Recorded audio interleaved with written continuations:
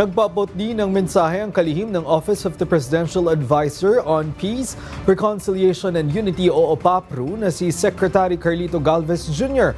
sa kanilang pakikipagkaisa sa buong sambayanang Pilipino sa pagsalubong ng bagong taon. Sa pagpasok ng 2026, sinabi ni Secretary Galvez na katuwang ang administrasyon ni Pangulong Ferdinand R. Marcos Jr. at ang mga peace partners ng pamahalaan, patuloy-an nila silang magtatrabaho ng may mas pinatibay na lakas, malino na paninindigan at matatag na determinasyon para isulong ang komprehensibong proseso ng kapayapaan sa bansa. Nagbigay rin siya ng taus-pusong pasasalamat sa lahat ng peace stakeholders na patuloy na sumusuporta sa mga programa at inisyatiba ng OPAPRU sa peace building sa mga nagdaang taon. Dagdag pa ng kalihim, ang mga positibong bunga ng kapayapaan na nararanasan ngayon ng bansa ay resulta ng sama-samang pagsisikap at pagkakaisa ng iba't ibang sektor.